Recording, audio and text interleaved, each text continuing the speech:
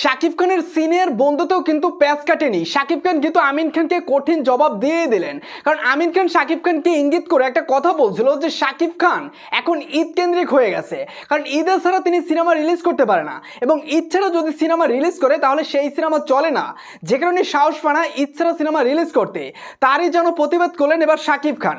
দেখেন, গতকাল যে তুফান সিনেমার প্রেস ক্লাবের যে অনুষ্ঠানটা হলো, সেখানে শাকিব খান বলেন যে ঈদ ছাড়া 25 বছর ধরে সিনেমা রিলিজ করে সেই সিনেমা সুপার ডুপার হিট দিয়ে আমি এই পর্যন্ত এসেছি, এবং 25 বছর কেটে গেছে।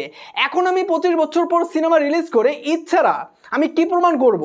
দেখেন, শাকিব খান যে কথাটা বলছে এটা পুরোপুরি আমিন খানকে ইঙ্গিত করে বলছে, এবং প্রযোজক ইকবাল সাহেবকে ইঙ্গিত করে বলছে, কারণ এই দুইজন ব্যক্তি, বিশেষ করে ইকবাল টাকলা বেশি বলতো শাকিব খানের এই ঈদের সিনেমার বিষয়টা নিয়ে, এবং আমিন খান যে কথাটা বলছে তিনি কিন্তু একবারে বলছিলেন একটা ইন্টারভিউর মাধ্যমে, এবং সেটারই যেন কঠিন জবাব দিল এবার আমিন খানকে।